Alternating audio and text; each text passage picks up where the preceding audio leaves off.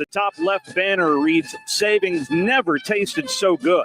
Click on that, then enter in the Big Zone Deals store for half-off zone deals of Lawler's Barbecue, Cecil, Carrabba's Italian Grill, Bubby's Diner, Corlejos Mexican Grill, Bad Daddy's Burger Bar, Divergence, Full Moon Barbecue, Bigfoot Little Donuts, Hickory Store Barbecue, Good Company Cafe, Apple Lane Farms, the Decatur location, and rounds of golf at Cherokee Ridge Golf Course and Gunter's Landing. And that's what's happening.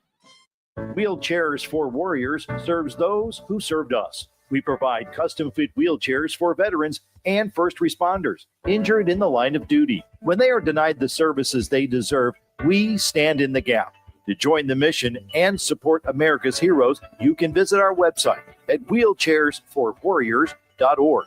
We are a 501c3 organization and part of the combined federal campaign.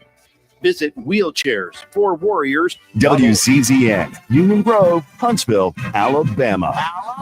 Your home of the Crimson Tide Sports Network. Sports Center. Good morning. I'm Doug Brown. Two epic playoff comebacks on Wednesday night. Game one of the NBA Eastern Finals. The Pacers come back from 14 points down with just over 2.5 minutes to play to beat the Knicks in overtime, 138-135. Tyrese Halliburton with 31 points, including a game-tying jumper at the fourth quarter buzzer. Aaron Nesmith with 30 points, including a flurry of threes during that comeback. Game one of the NHL's Western Conference Final. The Dallas Stars put up 5 third-period goals, 3 of them on the power play, for a come-from-behind 6-3 win over the Edmonton Oilers. Colts owner and CEO Jim Irsay died Wednesday. He became the youngest GM in team history in 1984. He was 65 years old.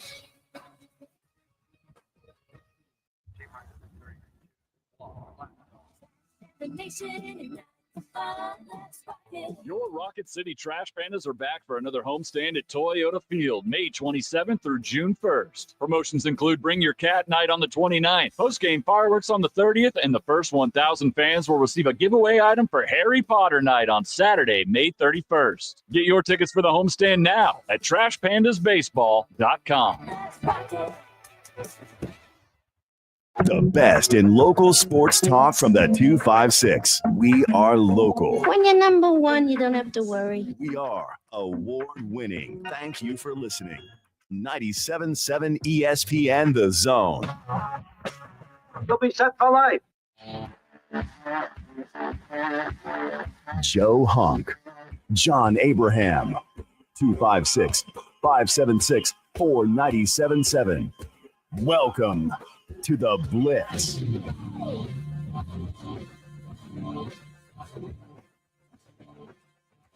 Hello and welcome in to a Thursday edition of the Blitz. John Abraham, Joe Hunk, 2 hours straight. That's right. We have a full show today, and you guys are able to join us at 256-576-4977. And we got a lot of fun things to hop into, some things we didn't get to talk about throughout the week in our last 30 minutes of shows, the last 2 days. A wild schedule we got here over at 97.7 as, of course, Memorial Day weekend coming up. Going to be enjoying some NASCAR, maybe get into the Indy 500 a little bit, possibly hop into some more college baseball because we got that rocking and rolling still in Hoover. But the Alabama Crimson Tide won't be joining the fun because they fell to the Tennessee Volunteers yesterday 15-10, which I got to admit, Joe, that's probably the thing we're going to start with. It was a bad game. It was a bad game for the Crimson Tide. You don't let a team put up 15 on you. And this is the one thing I was worried about Alabama all the way out throughout the season was, can they show up in the big moments? Is this an Alabama team that is inevitable? And I've realized throughout it, this is a great team, but it's not a team that I think can go far. And I think it is due to the bullpen. I think the hitters are hot. I mean, they put up 10 on Tennessee. So you see what's good about this team, but you also see what's bad, and it's a clear picture. It doesn't take a lot of analyzing to do. Well, I don't see it as a bad game. Like, it doesn't it didn't change anything when it came to their seeding. I mean, you're most likely going to be one of the top 2 seeds. You're going to be going to either a 16 or a 15 regional, depending on what happens for over the course of the rest of the weekend. But you went with a bullpen game. Like, it wasn't like you didn't put your starter out there the same way that Tennessee did. You know, Tennessee is still fighting for potentially going into and getting a regional spot. They felt like they needed this win more than what Alabama did. So they went with a weekend starter. It was their number 2 guy. They're still holding Doyle back. I mean, SEC pitcher of the year. He's most likely going to be a top 10 draft pick. You know, you're wanting to save him for a key moment whenever you actually going to need him. But it's not like this SEC offense is bad. You basically went with, you know, it was almost a pitcher an inning is almost what it went with. Yeah. Like, you were trying to save your arms. And if you get to the weekend, then you got to the weekend. Like, it was, I don't see it as a bad thing with the way it is. You just, first off, you scored 5 runs against Tennessee, and then you gave up 5 runs to Tennessee. Like, it's a push on this one. Like, you at one point in time was a hit away from getting run ruled, and then you were able to score 4 runs in the 9th inning to at least make it a 5-run game. Okay. Like, I just kind of look at it as, all right, it's a game that happened. You go back to Tuscaloosa. You didn't waste a ton of time driving there, and now it's let's get ready for whatever regional we're going to be going into. Yeah, no doubt about that. Alabama had 9 pitchers yesterday. Not one of them got 2 innings in. It was 1.2, 1.2, 1.2, all, you know, 1 out, and it was all kind of scattered. Tennessee had 4, and the highest pitcher they had was Marcus Phillips. He was in 4 innings. And he was their starter. And for Alabama moving forward, of course, it is getting ready for, of course, the NCAA tournament. And we still look at them hosting in Tuscaloosa, Southern Miss, Arizona State, Missouri State, all kind of being thrown around as teams that are going to follow them down to Tuscaloosa. But Texas is still looking forward to playing. It's crazy that we haven't seen some of these squads play, and we still won't for until today, as they face off against Tennessee. Of course, Oklahoma and Vanderbilt. Big run from Oklahoma, getting those 2 wins, one against Kentucky, which it seemed like that one would happen, but I felt like Georgia would maybe stump them. But since this is a single elimination tournament, I mean, these truly can go either way, and it just takes the bats being hot or one pitcher being on it.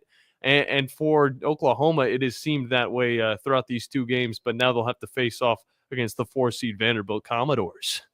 Well, and with Oklahoma, they're a 3 seed. They're trying to get themselves up into a 2 seed. Right now, they are being projected as potentially going to North Carolina. Now, obviously, a lot of these projections are going to change over the course of the next few days, but they're looking at trying to be a 2 seed. And honestly, this team is playing extremely well. It wasn't a fluke that they beat Georgia. It was a fantastic pitching performance was the reason why they were able to win that game. And Witherspoon showed the reason why a lot of people are looking at him as another MLB draft that could be another guy that possibly goes into the top 10 for Oklahoma. So they threw their ace against the Georgia team that they knew that they needed to beat to improve their stock going into the weekend.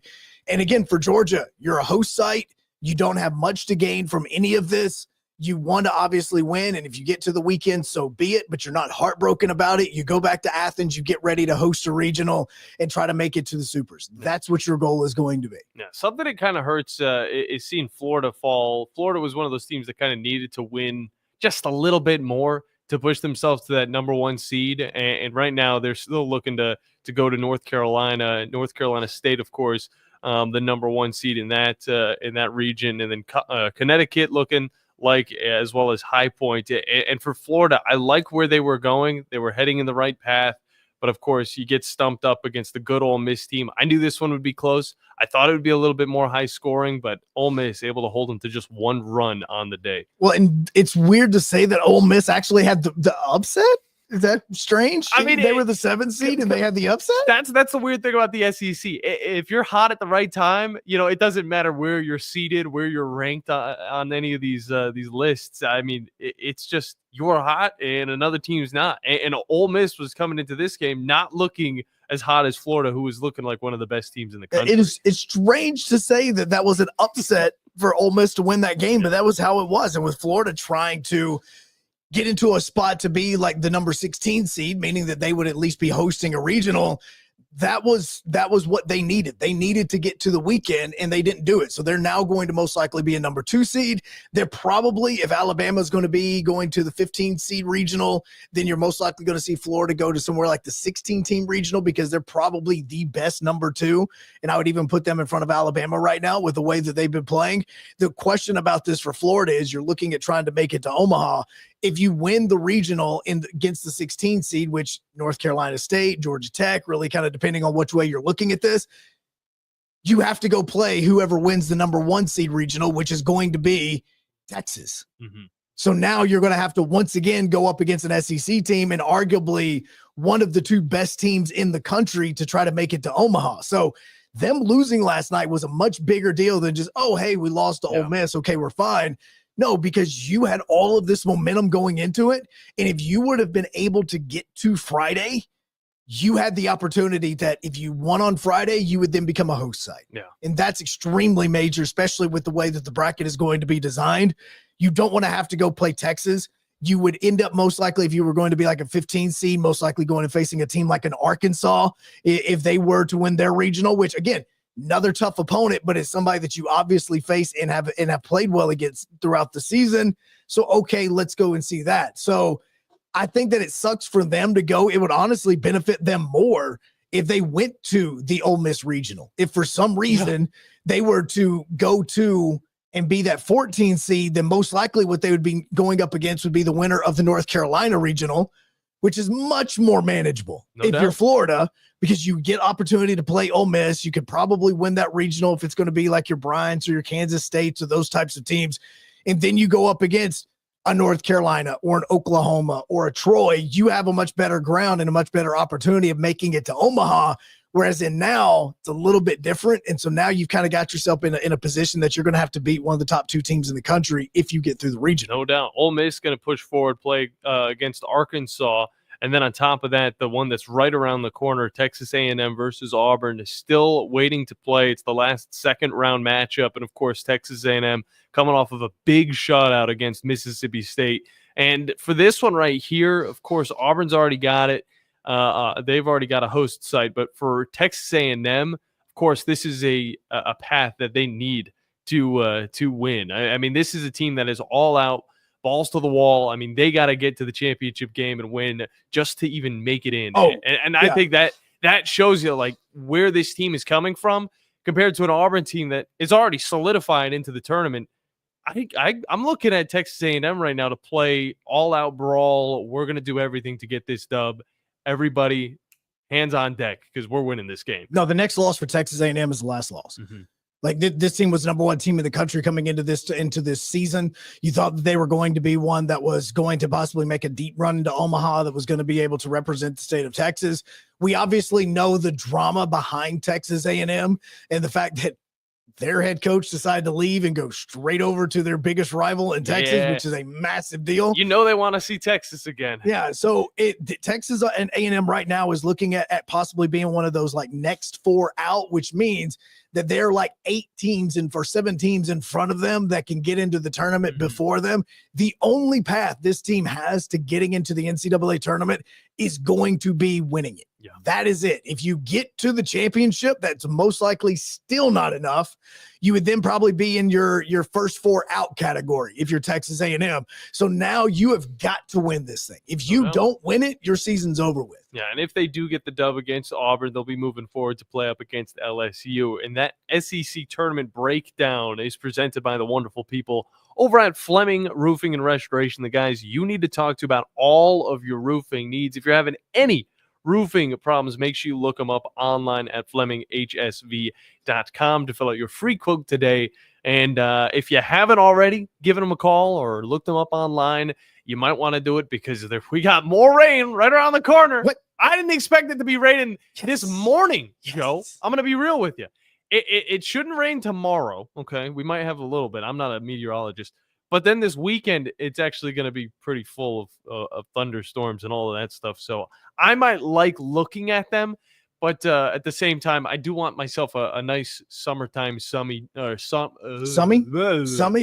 summertime sunny day. Yeah, because, hey, now all the kids are out. It is officially summertime. Dude, my son missed the last 3 days of school because he's sick. Oh, that's Seriously, the worst. He's been sick the whole time. He slept yesterday from 4 p.m. until this morning. Dang it. Like, there's something about not wanting to go to school and maybe even playing sick. Yeah. So you don't have to go to school middle of the school year. But at the very end, you want to see your buddies. Well, and that was the sad thing about it, because he had one full day, which was supposed to be Monday. Mm-hmm. Tuesday and Wednesday was supposed to be his half days. I'd already told him, hey man, I'm gonna go pick you up because we didn't have Tom's show. I was like, look, man, I'm gonna be the one that picks you up. We'll go hang out. We'll do whatever we want to.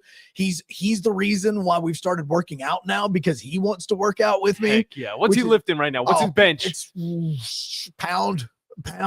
Yeah, it's a pound. So about like a quarter of what he weighs. Yeah, like this. With your 6 years old, you can't really start lifting with weights. It's really more about getting the motion down. Get the calisthenics on it, man. So he has like one of those bars. It's like a weird shape bar that you can use for like curls and things like that. It weighs all of like 2 pounds. Curls for the girls. Yeah, and so Get he it, Ollie. literally uses that for everything, for squats, for bench, for all that, because it doesn't weigh anything. It's more about the motion that he's doing. He's got little bitty 2-pound dumbbells, because again, you don't want him to actually be lifting weights, because then it can hurt him as far as the human. I've researched this. This isn't like drinking underage where No. it's going to affect you in It the is. long term. This is with lifted weights. Yes, no, it is. Like the people that lift weights a lot and like trainers and all this say that you shouldn't even start having kids lift actual weight until like they're 7 years old, but you can have them doing the motions. Make them using body weight. Push-ups and crunches. Yes. Like if you do 100 of those every single day, 10 kilometers, dude, your kid is going to be a superhuman. So he wants to work out. So I'm like, all right, cool. So like our next workout was supposed to be legs, which he doesn't know how bad that sucks. Ooh, I did legs yesterday. But he's been sick for 3 days now. And so I'm like, okay, well, he's been sick. Okay, cool. So he was sick on Monday, sick on Tuesday. Dang. He'd been sick on Wednesday. Today, he's still not 100%. Was yesterday his last day? Yesterday was his last day of school. Dang. He missed his last day. Well, And I'm sitting here thinking like he's missed the last 3 days, but technically he's already graduated from kindergarten. So this really isn't going to like affect him at all. no, Should it? Like those are the fun days. those though, are the Joe. fun days. He took his iPad to school one day. Exactly. That's whatever the teachers Yes. are putting on. Like, I'm trying to think of a random movie that they used to show us. They definitely didn't show us Boy in the Striped Pajamas whenever school was about to be let out. That No. was middle of the On semester Friday, type stuff. he brought his iPad. Here's the crazy thing about it, okay? His teacher is like about to have a child herself, and she's stepping congratulations. away from teaching. So she doesn't even care. She's like, all right, yeah, I'm done. Yeah. Like, I'm not trying to save anything in my room for anything. Yeah. Like, I'm done. So she's handing out all of her stuff to all the kids. We've got all this stuff that she brought in. She's like, I'm not going to be using it. Like, you kids can have it on there. So he took his iPad to school on Friday. Like, he's just been chilling Gotcha. the entire time. And then he gets sick and he hasn't been able to do anything for the last 3 days. Let's try. That's how his summer started. Well, I hope he starts feeling better, and I hope it turns into an amazing summer. Well, as you can tell based on my voice, I may have what he has. I just don't know or not. You might always have what he has. Yeah, no, right now. that's what I was thinking. Is I'm always going to have what he has. regardless. Okay. Either way, that sounds terrible. For me, whenever I was a senior in high school, my last few days, this is how it went. Okay, as a senior, you're able to eat outside in the courtyard, and it was a wonderful, wonderful time. All right. I had some hooligan friends though that like to throw some food around, and they threw some of these little seeds. Okay. And I may have thrown one behind my back, just like, stop throwing this at me, get off my back. And for the last few days of school, I was not able to sit outside in the courtyard. I had pretty much detention for lunch. I think it was ISS. And then they also put me in. Yeah. ISS for throwing. You can't throw food. Don't throw food, Joe. Kids, don't throw food. Don't start the food war inside the cafeteria. I know it sounds amazing, but it'll get you in a lot we've of all trouble. seen it in the movies. I know, but Yeah. leave it in the movies. But yeah, that's how my senior year ended. I had to sit in the corner in the lunchroom, and it was the worst. You know the other part that I don't it's all understand? about the end of the year. Why do you have the ceremony for some schools and then you still have to go back to school? Why is that? He had a ceremony on Thursday. You remember I missed the show because Yeah. I was at a ceremony.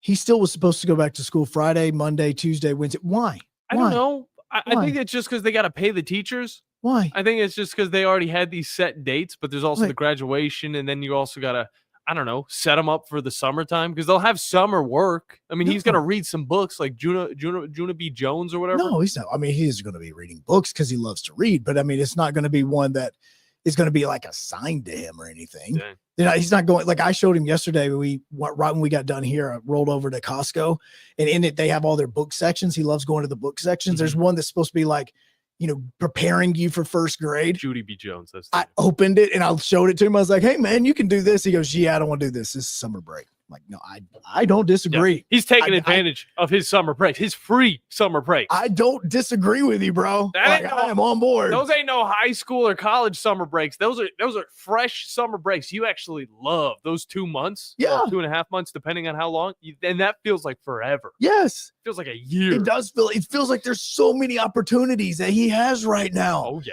He's like making lists. He and my wife came up with like these 30 plans of these 30 different things that they can do during the summer. Can I help? Can I join? You probably can. Are you guys going to like Nashville Shores or something like that? They did mention going somewhere. I can't remember what it was, but they came up with this because again, my wife's at home with the new baby. Yeah. So it's like, hey, we're getting to spend the summer together. And I'm just like, this sucks. I can only imagine the way that he is feeling right now. Inside of his heart, he's probably just like, dude, 2.5 months, me, mom, hanging out the entire time, and the other guys as well. The other two rascals. Yeah, the other two sisters that I'm sitting here with. But like he and I, yesterday before he got sick, went into the office, got him on his PlayStation. I was on my PlayStation because he can't really do anything. I mean, he's sitting over there like making sure he doesn't throw up. Yeah. And he can only watch so much of Diary of a Wimpy Kid before he just gets tired of it. So he's like, yeah, cool. He'll play his game. So we're sitting in there just hanging out playing video games the whole time. And I'm like, dude, this right here, this is my summer. Yeah. This is what I used to do when it was my summer. No doubt about that. My favorite part of the year. What I do now during my summer is continue to work this radio station, watch a lot of sports, and maybe go down to Florida and see some Florida. Well, we can't take him to PCB, and we can't go, go get him a henna tattoo. Oh, I don't know. Maybe you can teach him the tush push because it's here to stay, and apparently people are making a lot of money and winning Super Bowls with it. So, yeah, we got a lot of NFL rule changes we're going to be talking about on top of that flag football team. What would be the perfect flag football team, seeing how, well, the NFL rules allow that? We'll talk about that as well as some of the basketball that's going on. Of course, the Knicks choked it away. Everybody's seeing those memes. We'll talk some more about that. Jim Irsay's passing. He had quite a cool collection. I'll say that. I do want to get into his collection, his career, who he is, more or less. Regardless, he had a really cool collection, and then maybe talk a little bit more about some cheating that's going on in the automotive sports, and then later on in the show, college baseball to finish it out on this wild Thursday, this thrilling Thursday.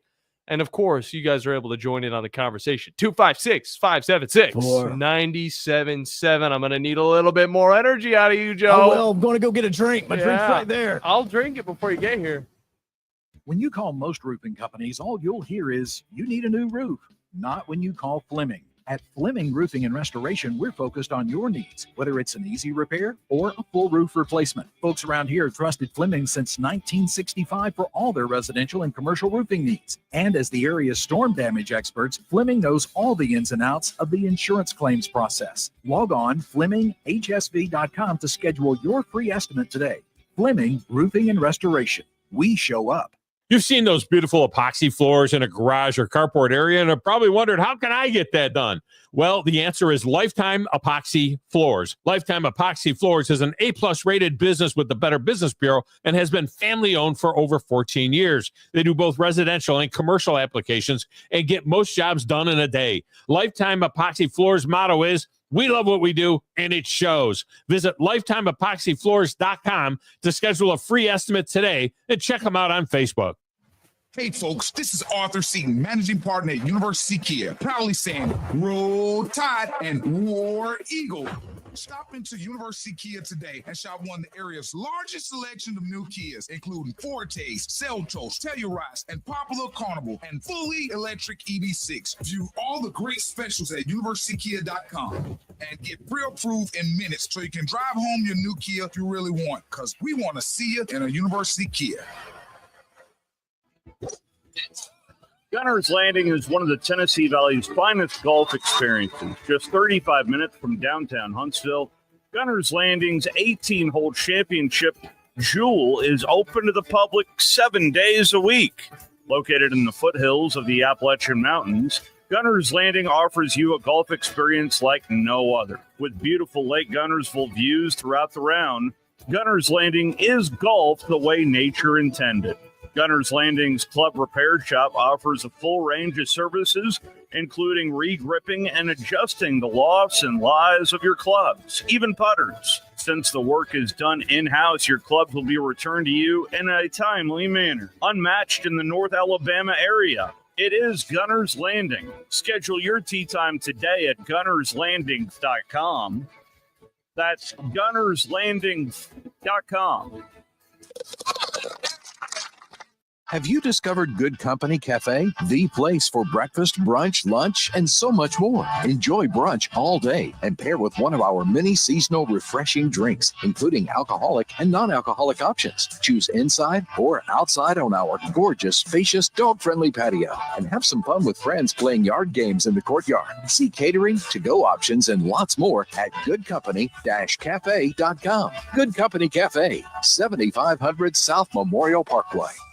I'm here with Thomas from Talent Heating and Air. With the temperatures going up and temperatures going down right now, now is a good time to get your heating and air system looked at. Thomas, when somebody calls, you guys answer. That's right. The phones are staffed by us. They're manned 24/7. We're ready to come out and take care of you that day. How do they give you guys a call? You give us a call at 256-503-4490. And you can find you guys on the World Wide Web at talenthvac.com. And now is a good time to do this because you guys are offering a special deal. That's right. We're doing $49 tune-ups this spring. We're also doing free second opinions. We offer that year-round. Somebody comes out, they say you got a back compressor, a leaking refrigerant. Give us a call, see if we can save you some money. Thomas from Talent Heating and Air. Thomas, one more time, that phone number. 256-503-4490. AL certain number 21014. Your Fox 54 weather brought to you by Tellini's Italiano. It's been a mostly to partly sunny sky this afternoon. Temperatures climbing into the mid and upper 70s. A couple of isolated showers are going to be possible across the Tennessee Valley. The vast majority of us going to end up staying dry. Temperatures drop into the upper 50s, lower 60s as we head into the overnight, early into your Friday morning. A partly sunny sky Friday afternoon. Temperatures only climbing into the low and mid 70s. I'm Chief Meteorologist Jordan Dressman on your home for ESPN Radio 97.7 ESPN The Zone. Your Fox 54 weather only on 97.7 ESPN The Zone. Thank you for making us your number one choice for sports talk in North Alabama. Thank you. Thanks. Thank you very much. 97.7 ESPN The Zone.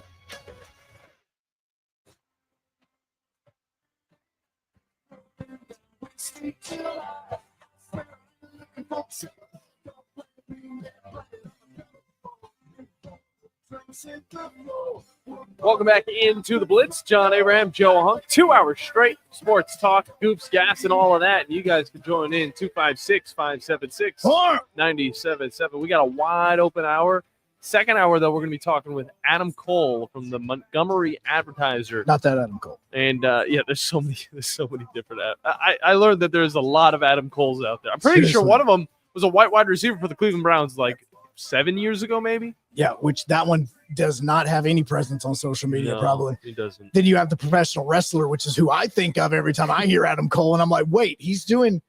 How do you go from being I mean, I know you went from WWE to AEW, but now you're working for the Montgomery Advertiser. Is that going to be? That should be your first conversation or first question. And if I hadn't have talked to him before, then I probably would have. But I've at least talked to him on the phone to know that there's a different one. Yeah. But yeah, when you said, "Hey, let's get Adam Cole," I was like, wait. Like that Adam Cole? Which Adam Cole? I'm gonna be real with you, Joe. I think I'm more excited to talk to this Adam Cole than I would be the WWE Adam Cole. Well, it's AEW. So And- then I'm very much more excited to talk to And this Adam you Cole. would love him because he loves anime and video games. That doesn't mean I love a person. crap. Just You would- because they like what I like doesn't mean I No. have to like them. You would get in there, and the first question would be like, okay, so what's your favorite anime series? And he's going to name something that you absolutely love, and you're like, oh my God, this is going to be my favorite person ever. This is my best friend. No, This is exactly what it would be. used to have enemies back in elementary school, all right, that had similar interests as I did. The only thing is, he was an actual nerd, and I was cool with it, all right? Who has enemies in elementary school? I'll say the name, Evan Davidson. What's Evan doing now? Okay, what's Evan doing I don't now? know. I have no clue. I feel like we're in an Adam Sandler movie. Oh, Doyle rules. Well, I walk by him and be like, "You still think you're better than me?" He might be the one that actually tries to come after me. No, You on the list that's on the back of his wall? He was a huge Eminem fan too, and we used to have rap battles. Dude, Eminem the other night, by the way, coming out with Jelly Roll, that was legit awesome. Have you seen the video? I'm not. Jelly Roll performed in Detroit. He's singing "Lose Yourself," and the crowd is into it. And then he says, like, Detroit, I need you to get louder. And then about that time, Eminem walks out the back, just going at it, and the whole place just erupts. Joe, I have yet to hear a song by Jelly Roll. I haven't listened to Jelly Roll once. Dude, Jelly Roll is like the perfect musician for this show. He does Probably. rap, he does rock, he does country, he does all of it. He's got tattoos, which neither of us He's got have. way more tattoos than any of us have even thought about getting. No. And I still need somebody to help me design my tattoos because I have an AI that's helped me design it. No, stop with the AI, Joe. AI has. You need to chill out with the AI. Dude, I've got You've this gone- really awesome tattoo that AI helped me design. I just need somebody. One, I need to clarify to make sure that the lettering is proper, is the actually what it says it's supposed to be. It's Japanese. And isn't two, it? well, this one is. And then also I have like the Rocky Mountains going up my forearm with dude, it's legit.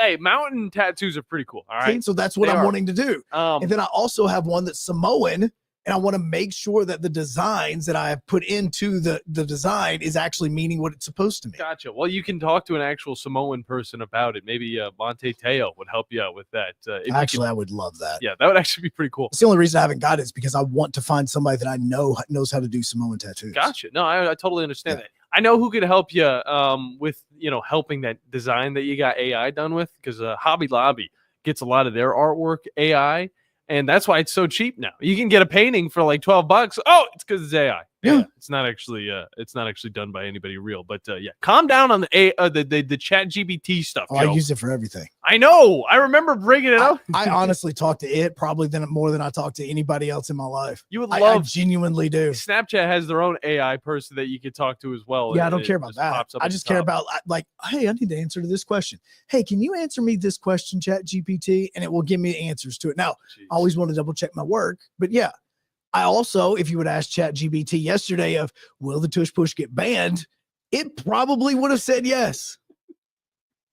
Then a brawl almost happens in Minneapolis. Next thing you know, the tush push is back in the NFL. And it's just because 10 teams said, hey, you know what? It's fine that the tush push is in this league. And what's crazy is out of all the rule changes that got talked about and voted on yesterday, that wasn't even close to the most interesting one. That's just the one that everybody's wanting to focus on because you see it in the specific situations like first downs and scoring touchdowns. That's the only reason why everybody's talking about it. There's so many other things. Yeah. First downs now, all electronical. Oh, every bit of it is now electronical. Are they getting rid of the chain gang? So they're or- not getting rid of the chain gang. The chain gang now is going to be the backup just in case Okay. something goes down, Wi-Fi goes down, whatever it is. So the NFL approved this. It's called Sony's Hawkeye, and the cameras are going to be used to measure first downs in 2025. The cameras will effectively replace the on-field chain gang measurements. Obviously, they're wanting to save time and all of this, but they're going to be using 6 8K cameras to be measuring every bit of this. And the chain gang is going to be on the sidelines, A, to help the visualization for the players, and B, as a backup, just in case something goes down. And I think they already were trying this in the UFL as well. They also tried it in the the the preseason games. Oh yeah. Oh, I don't remember. Yeah, that they're trying exactly. preseason games last year. But I've seen the technology worked in the UFL, which if you guys ever want to talk UFL, I'm all for it. You don't have to worry about that. For those two people, you can message John at John Abraham ESPN. Yesterday, somebody called in, and it's a common guest to the Talking Ball show, and I'm like, oh, they're not going to talk too much UFL. And I was like, but I know who would. And I was like raising my hand, like, talk to me. Like, I'll talk UFL. But either way, they were implementing it into the UFL. And what it does is it totally takes out the players and it just goes off where the ball is on the line of scrimmage. It's actually really cool how they did it over there. But before we get into any of the other rules, unless you want to wait until the tush push until the end of this conversation. Well, yeah, the tush push, I was waiting till the very all right. end. Then continue with some of the more interesting ones. The other one is the fact that now, last year in the NFL, onside kicks could only happen in the fourth quarter by the losing team. Yeah, trash. It was a terrible. Well, the rule. NFL said now is like, okay, now you can do onside kicks and you can declare onside kicks at any point in time in the game. We're back, baby. But you just still have to be losing. Like, that's it. Like, you could be down 3-0 and you're going, you know what? We're doing an onside kick. Has any team actually attempted the onside kick while they're winning? There has to be like one or two. Well, yeah. I mean, a lot of times it's based on strategy when it comes to trying to get an extra possession or something like that after you score. So that is happening. The other thing is the overtime rules are going to be changed. See, this is something else that I thought would be a little bit bigger now, because so many people want to complain about the overtime rules. And now the overtime rules that we used last season in 2024 in the playoffs, where both teams get a possession, and if the game is still tied, then it goes to sudden death. That is now going to be the overtime in the regular season as well. So it's not just going to be in the playoffs. Now, if one team scores a touchdown, the other team gets the football, they have the opportunity to score a touchdown. If they're tied, then it goes to first team that score wins. Doesn't matter and how I love it is. That. I love the way that they changed the overtime. I thought it was wrecked for the last 10 years. I was not a fan of it ever since I actually going back to like the Tim Tebow days. That's whenever they started changing it and messing it up to the point where I didn't care for overtime. If you get to overtime, there is the chance to tie, which is always interesting during the regular season. But there was always something about it where it's just like, well, the game's over. It depends on this flip of a coin. And sometimes, of course, you could stop them on the first possession and they kick a field goal. You could still go. But now it's to the point where both teams will get a chance. I think that this is the exact way it should have been a long time ago. And also, the onside kick, you need to be the trailing team. Yes, however, I know that's what you said. I was just reiterating that, Joe. It's like, I was like, yeah, that's what I said. You could possibly do what the Eagles did back in 2000, start off the game with the onside kick. See, you just have to declare it. And that's the worst part about it. You just have to declare it. That's the worst part about it. I mean, you usually show a formation. Could you see that in the coin flip? Philadelphia, you have won the toss. We like to kick off. By the way, guys, we're going onside kick. We'll see you in a second. Like it's, that's then the other part is we're trying to make kickoffs more exciting now. So what they started off with last year is they put it at the 30-yard line. If it's a touchback, well, they found out the teams really didn't care about giving the football to the opposing team at the 30-yard line. So 5 yards wasn't so big deal. There was only about 33% of the kickoffs actually returned last season, and the NFL wants to get it up to 60 to 70% of the returns actually happening on the kickoff. So they've moved the touchback up 5 yards now. So instead of it being at the 30, it's going to be at the 35, which was the original rule that like the XFL did, which is the reason why they were having so many returns. So that rule also got passed. And then you have the fun one. The NFL gets to be in the Olympics. Like that is fun. That is fun. Like that. It's all about the 2028 Olympics. It's all about LA. It's about getting the players in. Now they've put rules behind it. You can't just have the entire Kansas City Chiefs team playing for, USA. I don't know if I would want to have the entire Kansas City Chiefs. You probably want the quarterback. You want their quarterback. I don't know if you'd want all their wide receivers. Okay, be honest. Okay, what? Okay, here's the finishing of the rule. You can only have one American player from your team playing. Okay. And representing you. So, for instance, if it's the Titans and Calvin Ridley is the American player, he's the only one. You can only have one representative of your team. But there are international free agents that you have signed and brought in, and those types of players, guys from other countries. Like Young Hoku. Yes. So those players. There's no field goals, though, in flag football. Yeah, but those players are have the ability to go play for their home countries. Gotcha. What's really going to be interesting, and this happens a lot of time in baseball, is going to be if you have a player that is, South African or something like that is their heritage, would they be able and be allowed to go back and play for their home country? Yeah. That's going to be an interesting question with this. Yeah, I'm thinking the first thing that goes through my mind, would Mark Sanchez play for an Italian team? Or I don't know exactly what his nationality is. It wasn't American, man, just because his name is. Well, no, his nationality. That's what it's about. Well, and okay, so let me back that up. Would I play for an Italian or German team? Depending on how many teams are going to qualify, Greece did this back in 2002, where they were the host city. Athens, Greece was hosting the Olympics. They did not have enough players to actually play and create a Greek baseball team. So they said if you had Greek ancestry, you could try out and play for Team Greece in the Olympics. He's got Mexican roots. So now I'm curious about if that were to become a rule, whereas if there was a country like Germany, or if there's a country like Japan, where it's like saying, hey, we want to participate, we want to put a flag football team in the Olympics, but we don't have the talent that we want to use. So if we would be allowed, if you have ancestry connected to Germany or to Japan, could you be able to play for that team? That's going to be another question that I would have with this. But the fact that you could see Tyreek Hill, Justin Jefferson, you could see those players playing in the Olympics.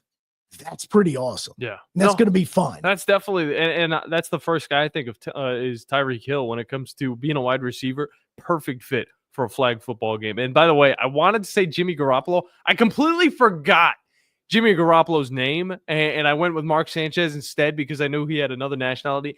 Once his name came out of my mouth, Joe, I felt like an idiot because I was like, Sanchez? It's like, what? It's Mexican. See, so I'm looking this up for international players. And so there's players that were born outside the U.S., and one of them would be Penei Sewell. Now, it's going to be flag football, so it's 7-on-7. But would Penei Sewell actually, since he was, part of, born outside of the country, would he be able to go and play for another country? I don't think he's making the first team. I don't think he's making the first team roster. That was really just the first name that I saw that was actually one that I went, oh, I recognize that name. So here's one, Chase Claypool. Okay.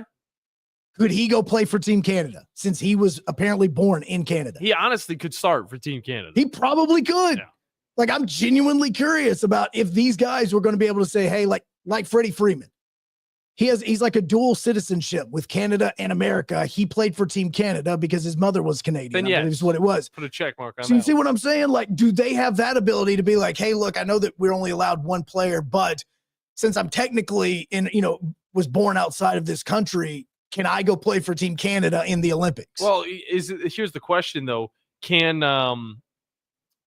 he's playing Canadian football right now? Is he playing? Who are you talking about? Chase Claypool. Claypool was finished the season with the Dolphins. Did he really? I thought he did, yeah. Huh. Well, that's the weird thing is because his status is Canadian football wide receiver. Maybe it's just because he is Nelson Canadian. Aguilar from Nigeria. I mean, that would be awesome. Separate the wealth, and then have Lamar Jackson as a quarterback for the American team. Tyreek Hill as a wide receiver. Well, hold on.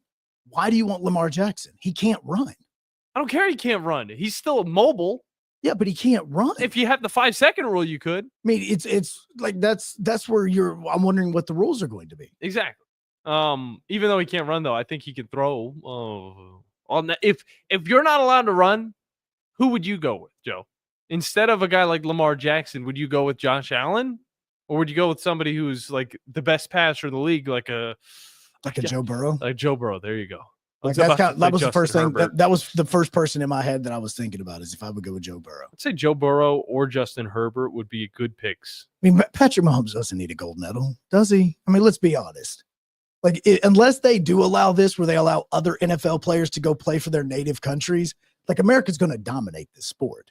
Unless you're allowing other NFL players to go play for other countries, kind of like what you do with the NHL. And I think they will. You can't fill out a flag football team with 32 guys.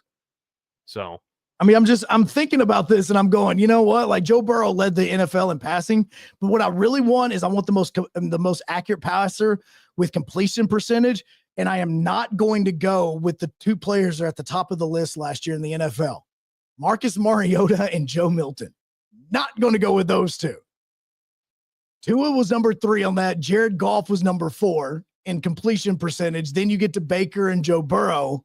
Baker did have over 4,000 yards in the last 2 seasons. Did you see Baker trash talking Russia? Yes. In LA. Start a war. Like, could you really see that right now? Is Baker Mayfield trash talking Team Russia in the flag football Olympics? There's a few a few players that could fill out this Canadian team. Now I'm looking at that. I know we haven't named any quarterbacks yet, but Josh Palmer from the Chargers, I think he's a serviceable wide receiver. If you have a running back, Chuba Hubbard, I think you throw him back there. Both of those are international. Exactly. They're Canadian football players. They could be Canadian football players, though. See, so that's why John Mechie, also Canadian ancestry. I'm really curious about if that's going to be a loophole that would allow some of these NFL players to go and play in it. So these were the things that were talked about during the NFL in the rule change meetings. This is way more interesting than the tush push. Mm-hmm. The tush push is just what people are focused on because it's what draws the most amount of eyes, because a lot of times it happens with, second and goal from the 6 inches away from the goal line. And so that's what everybody's focused on. Well, and the team that developed it has won, 2 Super Bowls in the last 10 years. Super Bowl. Well, yeah, in the last 10 years, yes. But they've only won 1 while they were using the play. But they also went to 2 of those Super Bowls in the last 5 years since the tush push has been a thing. So tush push is seen, it is known dominance, and there's no stopping it. That usually you see some gimmick like this from a team come out and kind of wither away after like a year or two. The tush push is not going anywhere until the NFL makes a stand. But the tush push was approved 22-10. 2 people, if 2 other teams voted in a different direction, and it would have been 24-8, the tush push would have been banned. But there was apparently the tempers got high in Minneapolis when they were discussing this. Yeah.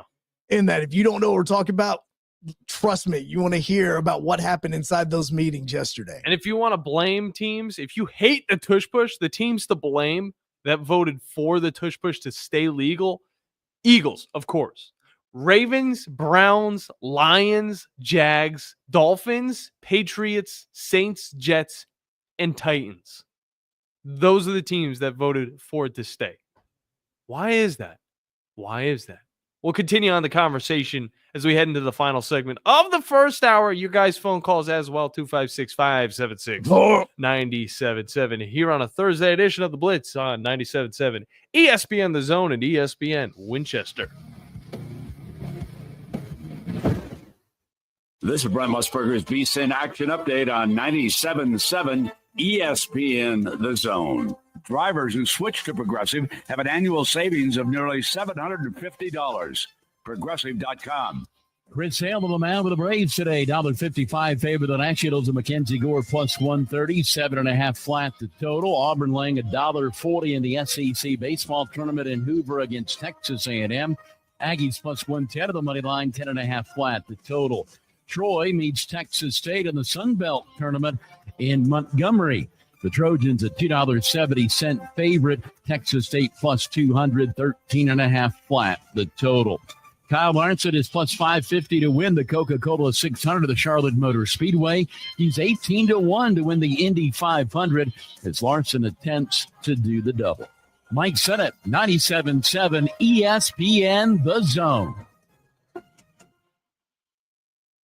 By now, you know about Eagle Masonry and Insulation, and maybe you know that Eagle also does landscaping and dirt work. But how about after paint work? Shower doors, shelving, and mirrors, all taken care of by Eagle, the same Eagle that takes care of all your masonry, insulation, and landscaping needs. Eagle brings the same level of expertise to all these disciplines, and they're ready to provide you with a free quote. The website is the same, insulatewitheagle.com, as is the phone number, 256-755-1556. Give them a call and see what Eagle can do for you. Eagle saves you time. Eagle saves you money. Have you ever turned your back on God? Have you ever absolutely known the right thing to do and just turned around and walked away in disobedience? I know that I have. Aren't we thankful for our great and merciful God who loves us and forgives us and remembers our sin no more? I'm so thankful that his mercies are fresh every day. I need that, and I suspect you do too. Hey, I'm John Dees, pastor of Cross Point Church, and if you're looking for a church home, come see us. We're smack dab across the street from the YMCA in Madison, and check us out at cpcfamily.org. Ford Motor Company. From America, for America. Hi, folks. Bobby White back again for Woody Anderson Ford with a real quick quiz. Out of all the manufacturers, do you know which auto company employs the most hourly workers in America?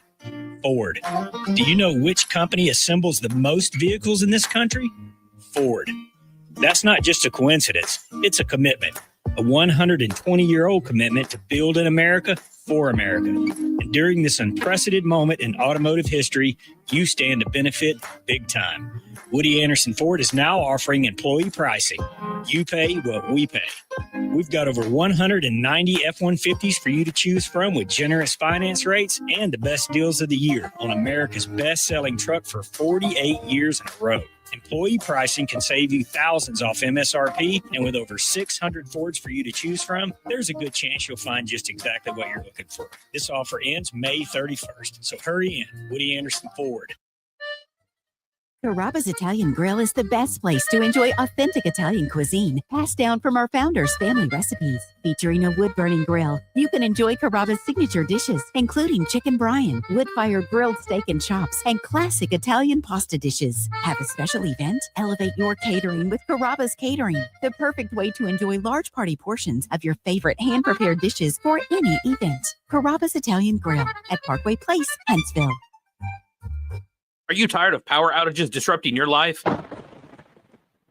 It's time for a Generac standby generator from Current Electrical. Storms may rage outside, but inside your family's powered up. So why choose Current Electrical for your generator needs? 1, we offer a wide range of models to suit every budgeted energy requirement. 2, our project managers handle every step of the process: power, gas, permitting, and inspections. 3, our certified technicians install your generator with precision, ensuring peace of mind. Don't wait for the next blackout. Call 256-880-1880 or visit us online at jetsuperstore.com. Tom Luganville here for my friends at Woody Anderson Ford. Bobby White, his team take great pride in their service department, and you can see it the moment you walk into those beautiful new service lanes. And just like a championship team, they all work together to make sure your experience is second to none, whether you drive a Ford or not. Also, check out the gold certified pre-owned inventory at Woody Anderson Ford for great deals every day.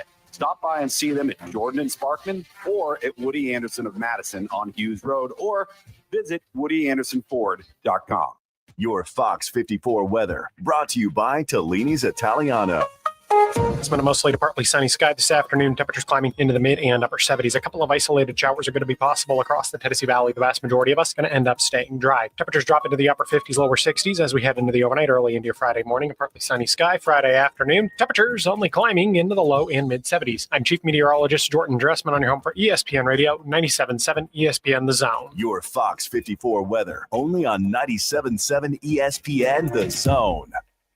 This will turn journalism on its ear. Watch our stream on WZZN TV on Twitch and YouTube. But you are the greatest hero in American history. We are 97.7 ESPN The Zone.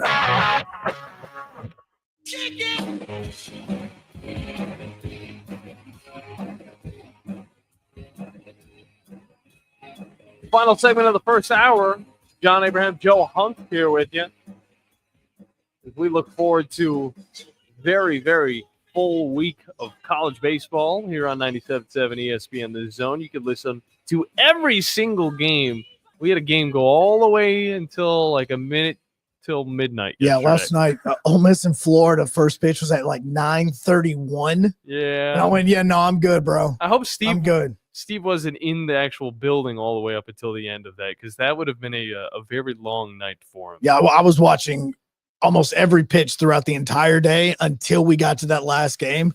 And I had it on just like as I was laying in bed, like ready to go to sleep. And I just said, yeah, I can't. It's just now the third inning. I'm good. It's a work week. I'm just like, the kids could have stayed up for it. I mean, they don't have anything to do today. Yeah, they could have.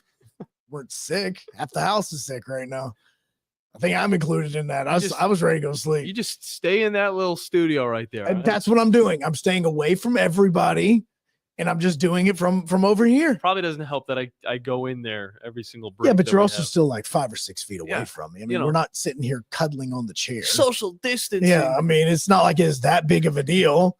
All right. Like, it's not like we were sitting in a room just wanting to go, throw some fists because we didn't agree with the tuck rule or whatever it was called. Not the tuck rule, the tush push. Tuck rule is a totally different controversy. Totally different fighting. There's one thing going on because apparently it got heated in Minneapolis because the Eagles owner got to the podium and apparently he was given time to discuss the rule and why the rule should not be banned and why the play shouldn't be banned. And apparently this is what happens through these meetings is the teams have an opportunity to kind of, stand their ground, present for or against something. And the Packers had nothing. They were just like, no, we do not want this at all. This is the whole reason why it's such a big deal is because Green Bay keeps bringing it up and making it a big deal. Well, he talked for an hour. An hour. He's also making it a big deal, damn it. What the hell? The play lasts 5 seconds max. And he talked for an hour. And you think it'd be quite simple to explain, it's a bunch of men and they push each other. Well, and so apparently, Jason Kelce retires. Mm-hmm. He goes into becoming this, he's growing in the media industry. Didn't he hate the tush push too? So that was what happens is they brought him up on stage so that he could address the rumors that the tush push is not the reason why he retired.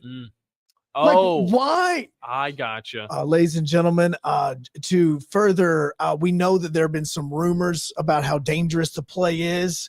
The first player to ever help run the play is going to come up to the podium right now and discuss his retirement. That is really none of your freaking business as to why he retired, but he's going to come up here and address it. Yeah. For you, ladies and gentlemen, Jason Kelce. It was the whole thing. So eventually, the Buffalo Bills owner was like, oh my God, can we please just shut up? You've been talking for an hour. And then all the NFC guys look at him is like, you don't have to face these guys as much. Yeah, but he goes apparently the Bills owner was like, hey man, we're good at the tush push and we don't want the play in the NFL. So they start, all this discussion starts going down about this and about why they should or shouldn't have it and the teams that did and didn't vote for it. I don't see a problem with the play. You can stop it. There is a way to stop it. Yeah, but you just have to be good. It's not a surefire way though. Well, no, and even those teams that are good at defending against the tush push don't always see success. I think it's a lot less than it is, for their side. There was literally almost a fight over the tush push between owners. Did you see Jerry Jones hopping up and trying to think about getting into a fight about a tush push? The way that they need to fight about this is they need to have their own tush push between all the owners. I think that would be great. No, I want to know, if you were to stand up in front of a crowd of people making decisions, what rule, no matter the sport, what rule would you be willing to fight to change? You would get into a fight to get changed. I don't think about it. We come back. I'm not a fighter. Think about it. I'm more of a lover. Well, you're not doing that to get the rule changed. That's illegal. They could. Next on the Blitz. The state's largest orthopedic group is growing to meet the needs of the patients in our community. The Orthopedic Center has long been the most trusted name in orthopedics in North Alabama. So as our area continues on the fast track, so does the need for premier orthopedic care anywhere and anytime you need it. TOC is proud to announce the opening of our new locations in Albertville and Hampton Cove, along with the grand opening of our newest office in Decatur. These clinics will offer the same high-quality orthopedic care you have come to associate with TOC with the convenience of being closer to home. As a patient, your time is your most precious asset, and we recognize that at TOC. That's why we are also proud to announce the opening of our urgent ortho clinics to handle those bumps and bruises that need prompt attention. These clinics are available to care for acute orthopedic injuries with no appointment necessary. With 38 physicians, 20 centers of excellence, and now more than a dozen locations to serve you, TOC will continue to be the name you turn to for the best orthopedic care at the right time. Visit our website at visittoc.com for more information. TOC, helping you live a better life. You've got to experience Toyotathon at Bill Penny Toyota. They've got the selection with over 700 new Toyotas to choose from. And they've got the extras with Bill Penny perks and a 10-year unlimited warranty. So get on over to Bill Penny Toyota today and experience Toyotathon. Bill Penny Toyota in Huntsville and online at BillPennyToyota.com. Bill Penny's Toyota 10-year unlimited warranty is valid through the 10th year of ownership. Valid on new vehicles only. See dealer for details. Hello, listeners. My name is Jonathan Dunwoody, and I own Minuteman Press. We are a full-service print shop that is locally owned and operated. I have personally been handling direct mail for over 17 years and have a great relationship with the USPS. We are the only print shop in the area that is listed as a print provider on their website and the only printing franchise that can use their logo as our partner on marketing materials. We can help from conception to design, print, and delivery to the post office. And with our easy, secure online payment option, you don't even need to leave your office. Minuteman Press, we're not just putting ink on paper, we're building relationships. I'm here with Stan McDonald of Jacob Title. Stan, I've heard that every real estate closing at Jacob Title is a very big deal. Why is that? Wes, I'm reminded of a very impactful statement that I heard from Coach Gene Stallings years ago when he talked about big games and little games. He said he didn't like that comparison. He says because try losing one of those little games. And if you ever do, it ends up being the biggest game all year long. Well, it's the same thing with real estate closings. Every game, every closing is a very big deal at Jacob Title because when it's your closing and your contract on the line, it's a very big deal. And we understand that at Jacob Title. So it sounds like whether your client is a first-time residential buyer or a multi-million-dollar investor, they can expect your A game. That's exactly right. As a matter of fact, when you bring your real estate closing to us at Jacob Title, we understand it's all about trust and confidence. And when Stan McDonald tells you that a chicken dips snuff, you can look under his wing for the box. And like Beams likes to say, there's no doubt about it. You can now do more without it costing you more. Alabama's attractions have come together to offer the all-in-one ticket that downloads to your mobile device. No matter how many attractions listed on the ticket you see during the time span you bought, your price stays the same. Pick the right ticket option that best fits your schedule, and then enjoy more attractions without spending more. All-in-one tickets for different areas of Alabama are available at alabama.travel and other places where online tickets are sold. Brought to you by Alabama Tourism Department, the ABA, and this station. Hey, brother. Saw you call. John, I've been thinking about our days during the war, and I'm on my way. Thanks, man. If you are a veteran struggling with depression, anxiety, or need someone to talk to, call 800-273-8255. Press 1. It's private and free 24/7. Call 800-273-8255 or visit vetsforhope.com. Sponsored by the Partners of Alabama's Challenge and the Alabama Broadcasters Association. This is Brent Musburger's VSiN Action Update on 97.7 ESPN The Zone. Drivers who switch to Progressive have an annual savings of nearly $750. Progressive.com. Chris Hale on the mound with the Braves today. $1.55 favor the Nationals and Mackenzie Gore plus 130. 7.5 flat the total. Auburn laying $1.40 in the SEC baseball tournament in Hoover against Texas A&M. Aggies plus 110 of the money line. 10.5 flat the total. Troy meets Texas State in the Sun Belt tournament in Montgomery. The Trojans a $2.70 favorite. Texas State plus 200. 13.5 flat the total. Kyle Larson is plus 550 to win the Coca-Cola 600 at the Charlotte Motor Speedway. He's 18-1 to win the Indy 500 as Larson attempts to do the double. Mike Sennett, 97.7 ESPN The Zone. Your Fox 54 weather brought to you by Tellini's Italiano. It's been a mostly to partly sunny sky this afternoon. Temperatures climbing into the mid and upper 70s. A couple of isolated showers are going to be possible across the Tennessee Valley. The vast majority of us going to end up staying dry. Temperatures drop into the upper 50s, lower 60s as we head into the overnight, early into your Friday morning. A partly sunny sky Friday afternoon. Temperatures only climbing into the low and mid 70s. I'm Chief Meteorologist Jordan Dressman on your home for ESPN Radio, 97.7 ESPN The Zone. Your Fox 54 weather only on 97.7 ESPN The Zone. Log on today, 977ESPN.com.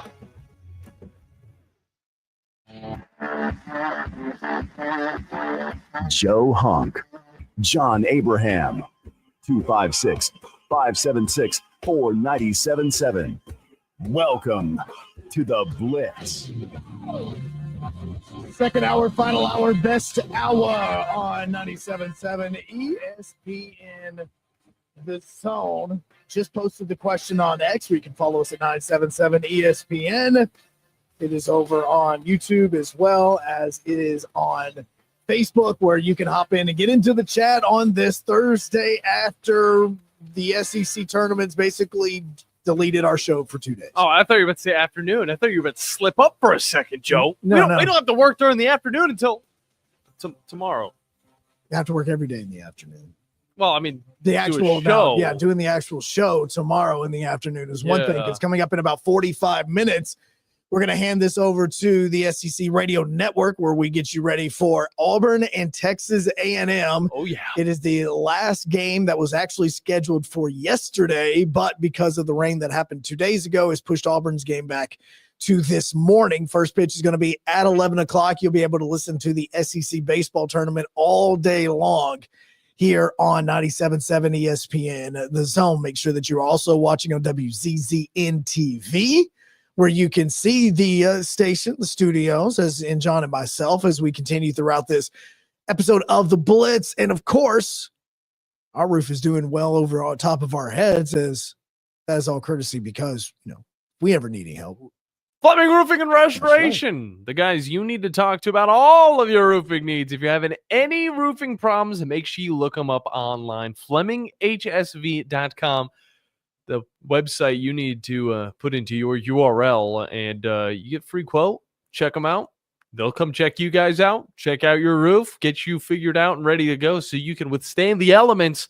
And rest assured, while you're chilling out, watching some sports, listening to some sports, maybe cooking some tortellini at the same time, and listening to the rain trickle on your rooftop as well. That is Fleming Roofing and Restoration. Appreciate them. Joe, you threw out the question, something that I'd have to be passionate enough to fight somebody for the reason keeping within a sport.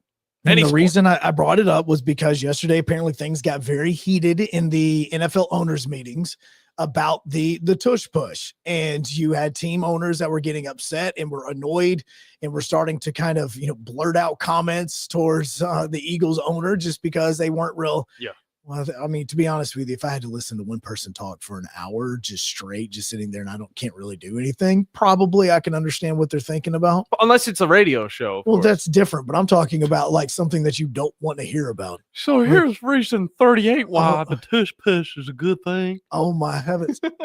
No. Stop talking. I don't care. I am voting it down. Can we please just vote? I am hungry. They were probably well fed. So what is a rule? It doesn't have to be NFL. It could be college football, NBA, college basketball, Major League Baseball. It doesn't matter what it is. Soccer, don't care. Yeah.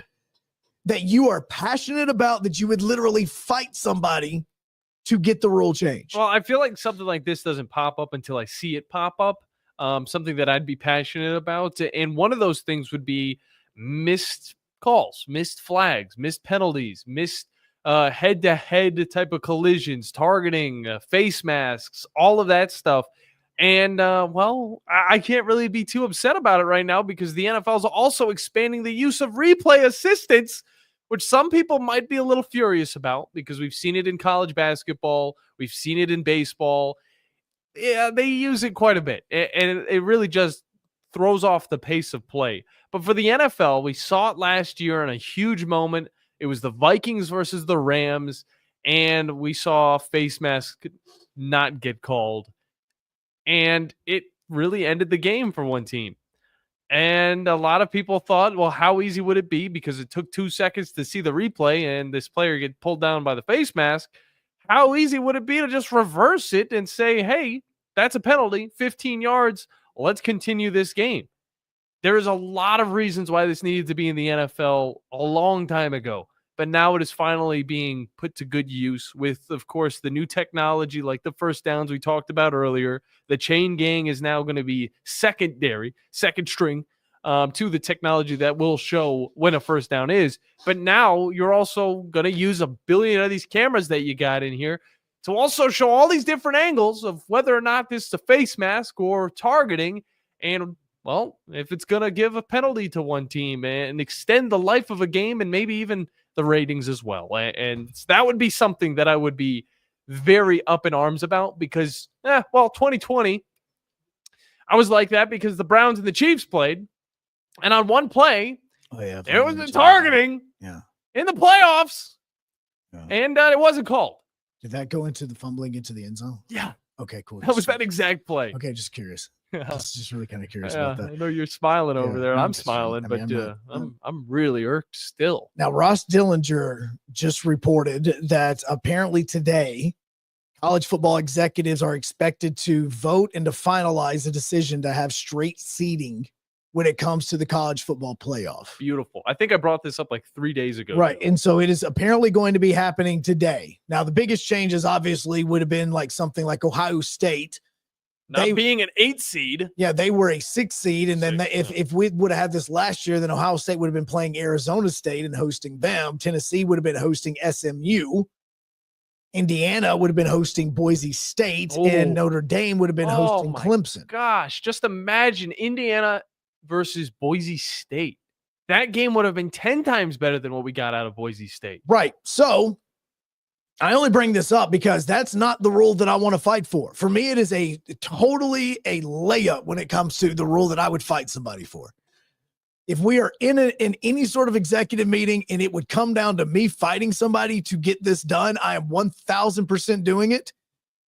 Get rid of the bowl games when it comes to the college football playoff. That is it. You're going to fight somebody about the Pop-Tart Bowl? No, I would fight somebody to have all of the college football playoff games outside of the national championship at the home sites. I would fight anybody for that. I could see that. I could see why you would fight for those home site matchups because during the playoffs. All right, it was okay to see Arizona State and Texas playing each other in, I believe it was the Peach Bowl when they played. It would have been a lot cooler if we would have seen Texas in Arizona playing at Sun Devil Stadium for the right to advance. I'm like, would have been awesome. I think it would have been a lot more memorable to me instead of seeing these big bowls and all of this stuff. It's like every game looks like the national championship now. And that's something that I don't want to see. I liked what I saw of the first round, seeing Tennessee and the energy that they brought to Ohio State. That was enough to prove it to me that every single playoff game needs to be at these sites, at the teams who are seated above them. See, that's the one I would fight for. Yeah. If it came down to me having to fight somebody for the right to have every single college football playoff game outside of the national championship at a home venue, give that to me. I'd be on your side, Joe. I mean, I will train all day if that's what this comes down to, man. Little Rocky Balboa montage right there. I would be all for it if this is what we have to get, because that's the only one that I can even think of. Like, even in Major League Baseball, I'm not that upset about the pitch clock. I'm not that upset about, the runner on second base in the regular season in extra innings. But the bigger bases, Joe, the bigger bases, it takes away from the integrity of America's sport. I'm not upset about the 2 bases that are being used right now in Hoover. Like, I'm just not upset about any of that. By the way, did you see that the other day? The 2 bases actually came into play and actually worked out quite well. I think it was the Oklahoma matchup against Kentucky.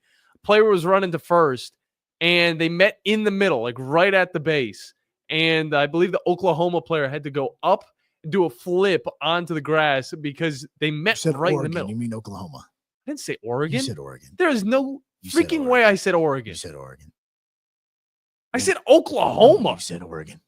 You're too busy thinking about Eugene right now. No. Oh, no, actually. I swear I did not say Oregon. During the break, go back. I promise you. The listeners will call in before that. Okay. I'm just saying.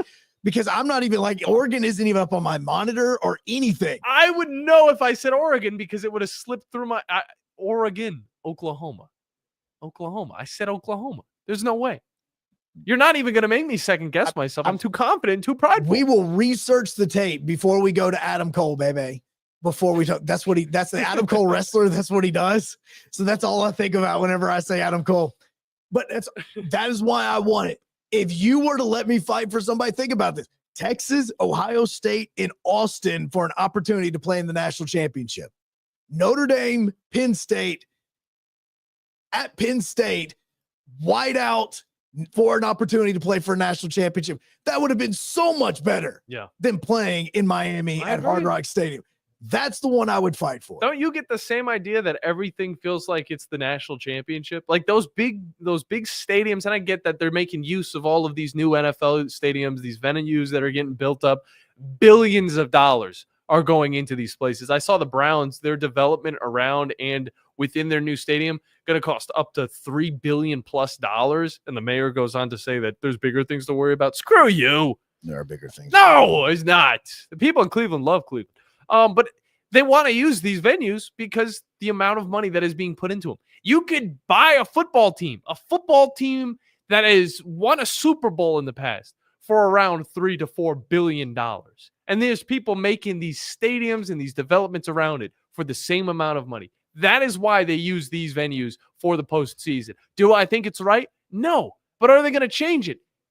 Definitely not. Not for the next 7 to 10 years. I do not think that it's even an option for them. I think the other part of it that's so dumb is come on up here and get your Orange Bowl trophy.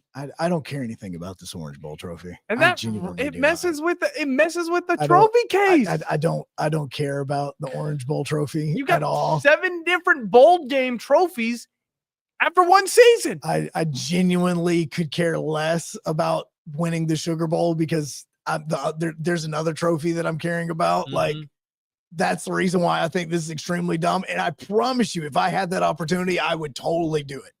If I could get in front of any college football executives and just punch him in the face and just have a fight, and the winner of that fight is the one that gets what they want, I am so all in. I'd love to see that. I'd pay to see that. I mean, I think that is the way that we should decide half of this stuff.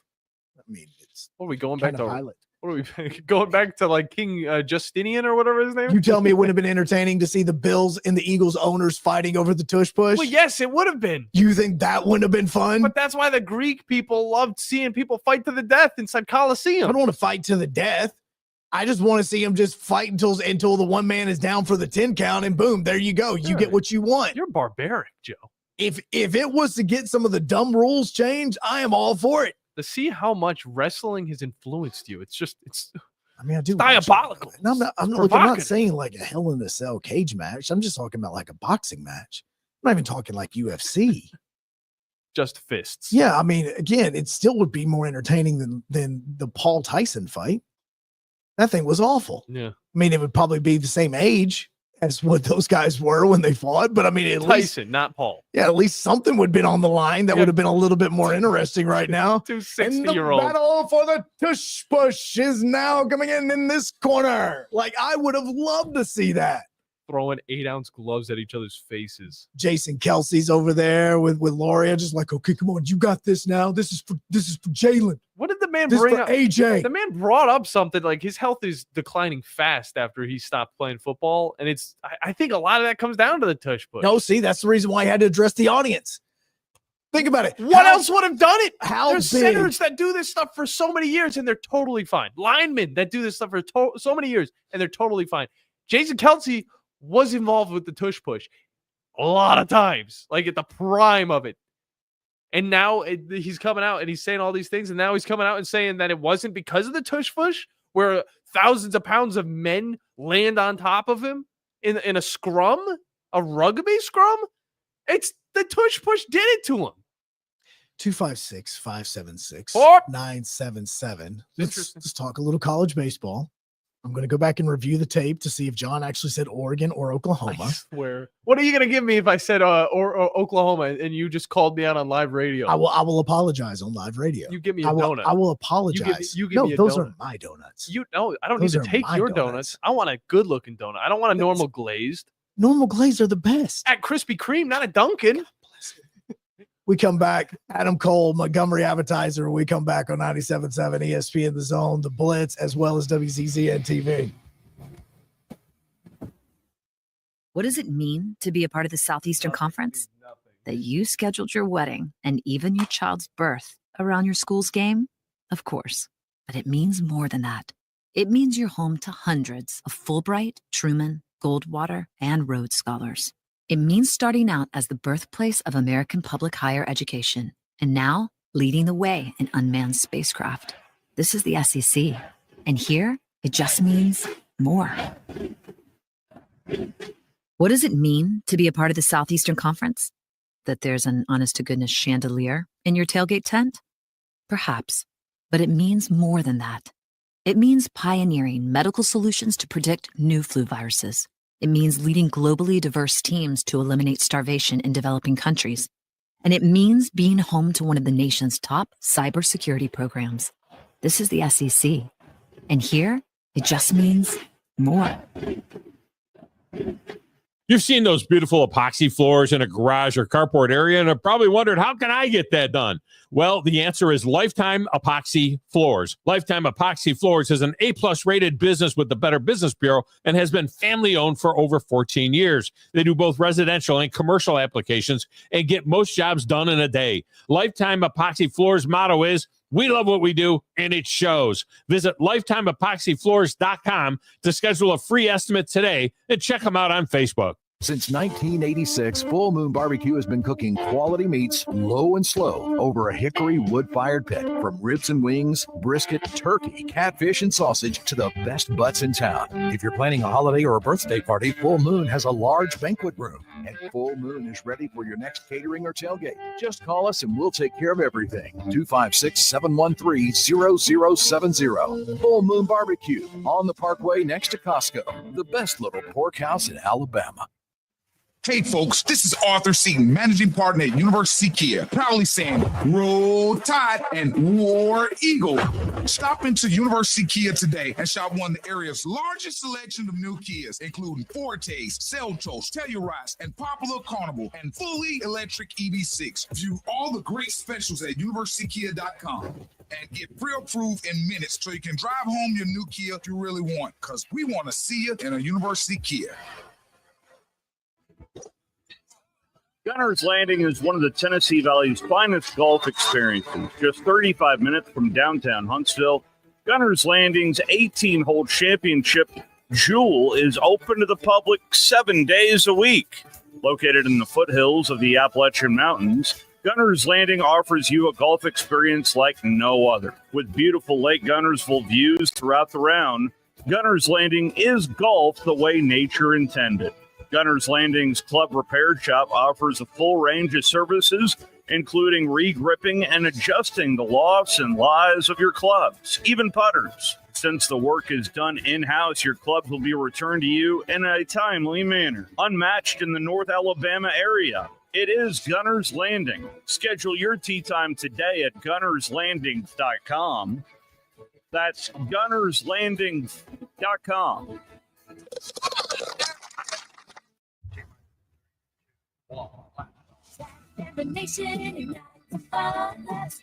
Your Rocket City Trash Pandas are back for another homestand at Toyota Field, May 27th through June 1st. Promotions include Bring Your Cat Night on the 29th, post-game fireworks on the 30th, and the first 1,000 fans will receive a giveaway item for Harry Potter Night on Saturday, May 31st. Get your tickets for the homestand now at TrashPandasBaseball.com.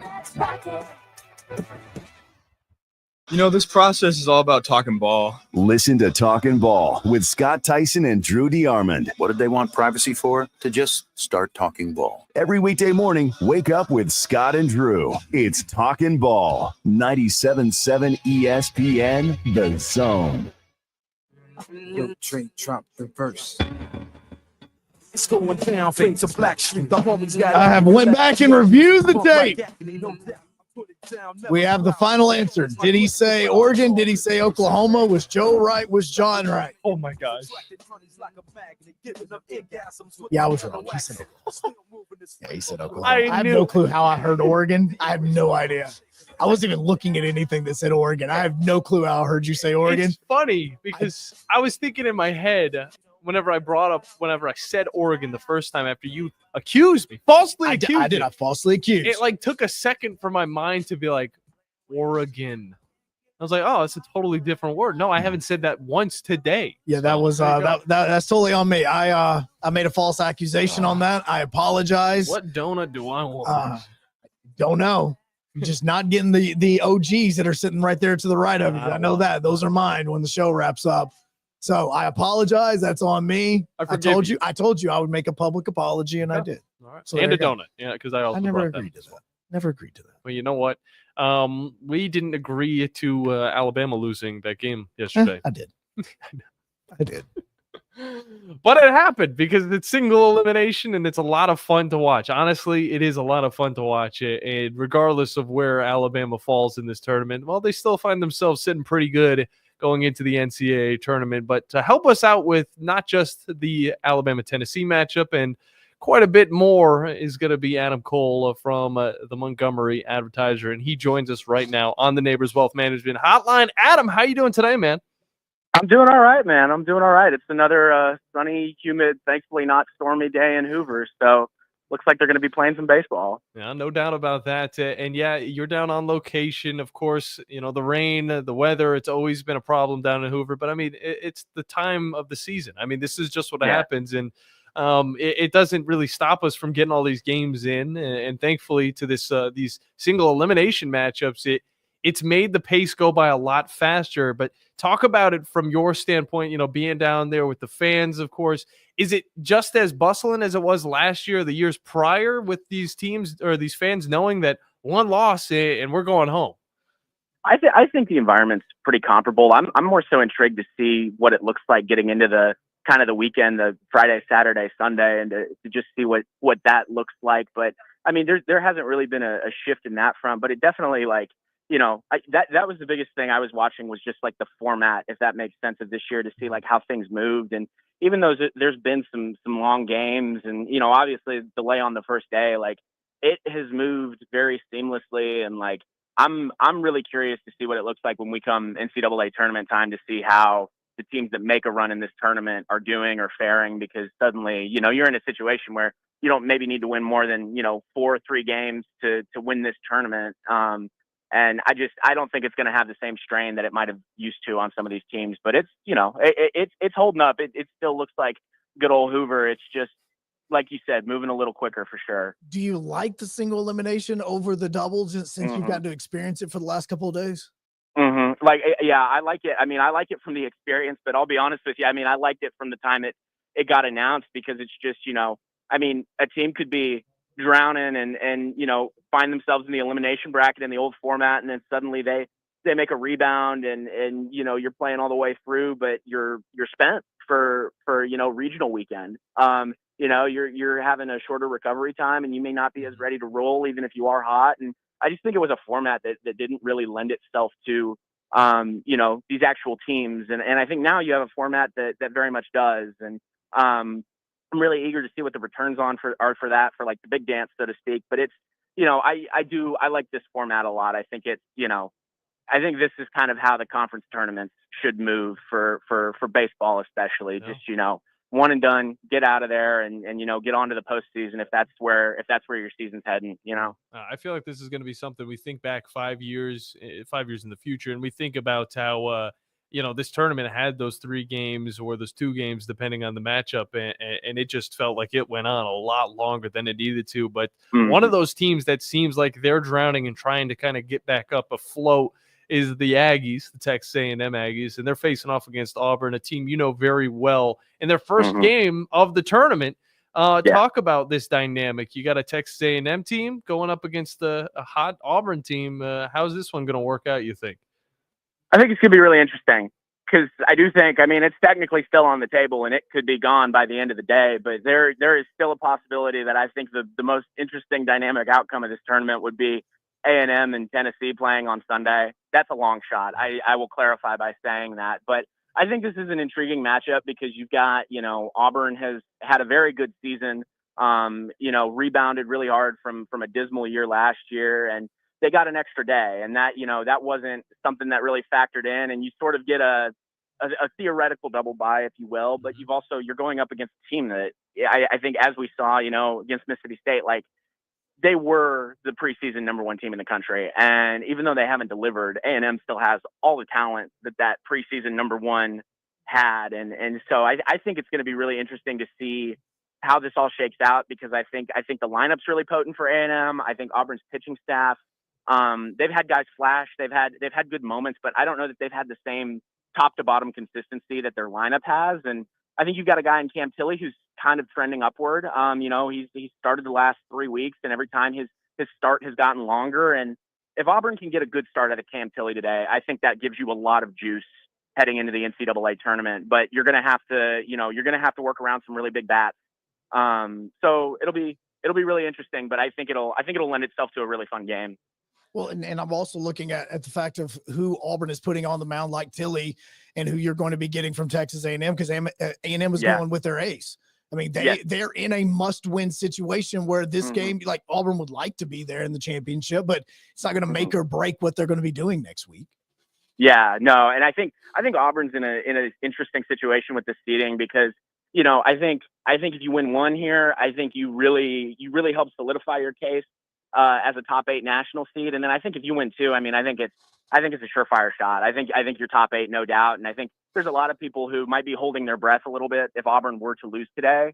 But at the same time, it's one of those things where it's like you find yourself thinking about it, and then you think back on previous selection Mondays, and it's like, well, that result in the conference tournament didn't really factor in. Maybe a team made a run and it didn't factor in that much. And so I think this will be interesting for Auburn's seeding, and I think it's pretty obvious how interesting it is for A&M, as you said, season's on the line, but I'll be curious to see what Auburn can do at the plate against Lampkin. I mean, to go into Athens and shut out Georgia's lineup at Foley Field, like nobody does that. Like that's impressive stuff, and that's what Lampkin's coming off of. So, it'll be interesting to see if he stays hot. Auburn's bats have been hot, so just is this a unstoppable force meeting an immovable object sort of thing? I guess we'll see, but I think it could be really interesting on both sides for sure. Adam Cole from the Montgomery Advertiser, and one of those unstoppable forces, at least something that we thought was an unstoppable force, was the Florida Gators. It felt like they haven't lost a game in about 2 weeks, but they, of course, lost one of them to Alabama just last week. But they fall to Ole Miss 3-1 after a good performance against South Carolina. Do you see the hype? Do you see the heat that Florida was putting on the end of the season kind of draining away, or do you still think that there's something more for the Florida Gators to push for? I'd imagine that there's still something there because as I can recall it off the top of my head, I mean, truthfully off the dome, I forget how many conference wins they got to, but I do recall them being projected to be in that field of 64. And I think, this is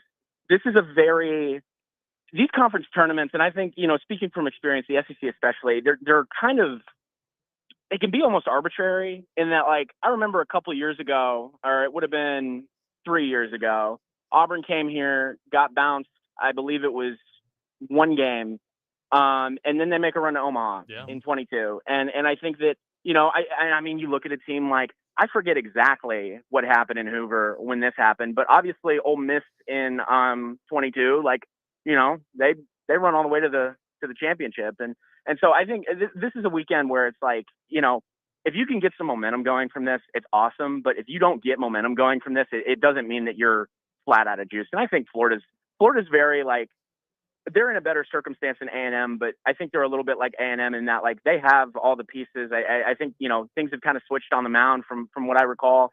I think that's a team that they've still got a fighting shot as long as they make it into the field of 64. And I don't know that getting bounced as early as they did necessarily wiped that from the equation. It definitely didn't seem like it, Joe. Well, no, and I'm also looking at with Florida, I'm curious about with what they're going through as far as the seeding is concerned overall, because, there is most likely an opportunity for them to win their regional next week, depending on where they go. And you're going to have an SEC matchup potentially in the super regionals for this. And with the way Florida's been playing, and you've gotten to see them, is this team, are they cooling off since they've had to basically focus on winning every single game just to get into the tournament? Or was last night more of a, hey, look, it happened, we're just going to go home and we're going to get ready for regionals? I think it was more so the latter, because like you said, I think there are a lot of SEC teams that are going to be in Florida's situation. I think Mississippi State is another one of, they're going to be a 2 or a 3 in a regional, and they're going to have a really good shot to win it. And then suddenly you're on the supers, and you weren't, you weren't a host seed. You might not even be, a 2 seed in a regional, but I think it's really more so the latter. And I think I can imagine that's where Kevin O'Sullivan's head is at, surely, of hey, you're not going to win them all. Let's just get back home, get the extra rest, regroup, and attack wherever we have to go. Because there's going to be some really interesting opportunities for some of these lower seeded SEC teams. Yeah, you said it. I mean, arbitrary is a good word to put down on this tournament. probably have something to look forward to when going home and re-upping before the NCAA tournament starts taking place. But one team a lot of people have been impressed with to see get hot at the right time. The Sooners winning against Georgia yesterday, and now looking forward to Vanderbilt. Tell me a little bit more of what we're seeing from this Oklahoma squad. That one kind of surprised me, and then when I looked into it, it made a little more sense because I did not realize how dominant Kyson Witherspoon has been against Georgia this year. I think he had 2 starts and pitched 14 2/3, and I don't know that he gave up a run. And I want to say his strikeout to walk ratio was 16-2 in that time. And I think that Oklahoma is a team that, admittedly, like, I have not looked at their lineup as deeply as, like, I know their pitching staff, but, like, I think that they have something that is invaluable this time of year, invaluable in the SEC, which is a bona fide ace in Kyson Witherspoon. And I think that's something that, you know, if you can keep the bats hot, like, you know, because you're not going to have Kyson Witherspoon out there on the mound every single night, obviously. Right. This isn't softball, but I think that is something that I think should give any team, especially an SEC team, a boatload of confidence. If you have a guy who's just like the de facto anchor of your weekend in theory, and like, I think that can set you off on a really good pace. And I honestly, like, I think this time of year that can be contagious. You know, I go back to another Auburn anecdote, but I think about 22, and Joseph Gonzalez was like their back of the weekend anchor. They hadn't really had a consistent lockdown dominant rotation that whole season. And then you get to the regional, and Trace Bright pitches the opener. I want to say Gonzalez pitched somewhere in the middle, and then Mason Barnett pitched the last game. And his pro career, I mean, he's in AAA for the A's right now, and he's knocking on the door of the bigs. But he pitched like 7 innings of shutout ball right into a weather delay, and they came out and they closed Florida State the next morning. But like, suddenly they had this 3-man rotation that got them all the way to Omaha. And I think that's something when you have that nucleus of, like, you know, I'm saying Joseph Gonzalez in this equivalent. Kyson Witherspoon's probably much better than Joseph Gonzalez, but when you have that, I do think it can be contagious this time of year. So who do you think right now in Hoover, because we obviously like to say this is the best conference in college baseball, who do you think has the best 3-man rotation? That's a really good question. Man. Joe does that a lot. He puts people on the spot. It's because you're right. Like, you know, everybody's got your Paul Skeens or, you know, with this year, it's going to be like a Luke Harrison and those types of games. But you said it yourself, unless we're talking softball, you're going to have to get to your 4th starter potentially and go into a bullpen game in a regional unless you win every single game. And even when you get to Omaha, there's going to be a midweek game that you're probably going to throw a midweek starter, but at the same time, who has the best 3-man rotation that, yes, this is a single elimination, but we're looking for regionals, super regionals, Omaha. Man, no, this is a really good question. I think, like,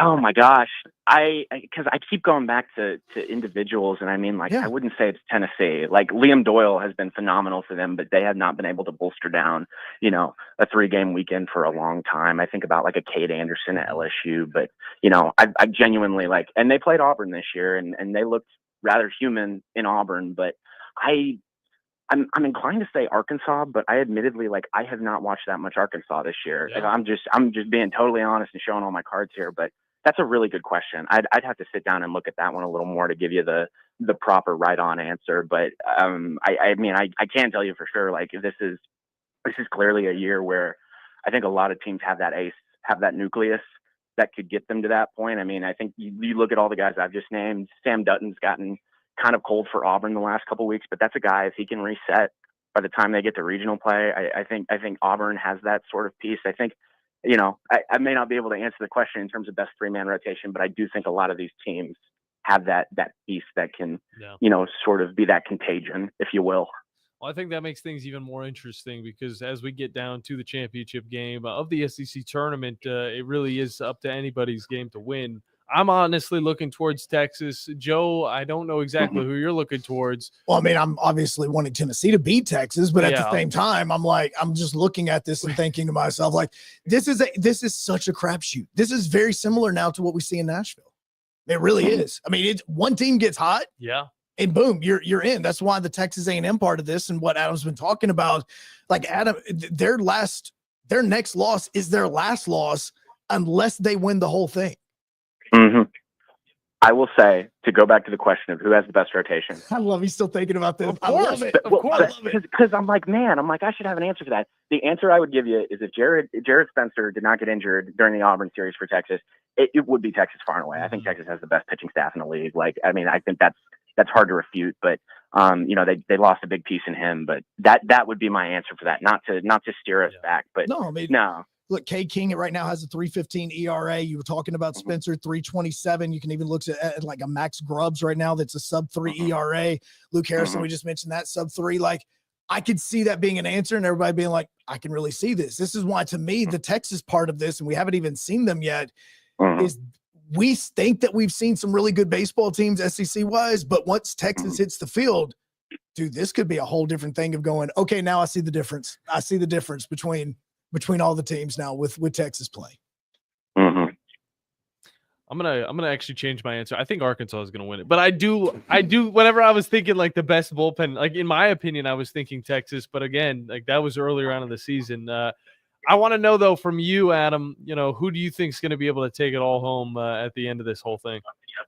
I think if you're looking for one of those wild card choices, I go back to Tennessee or A&M. I genuinely think and again, that answer could be shot by the end of the day.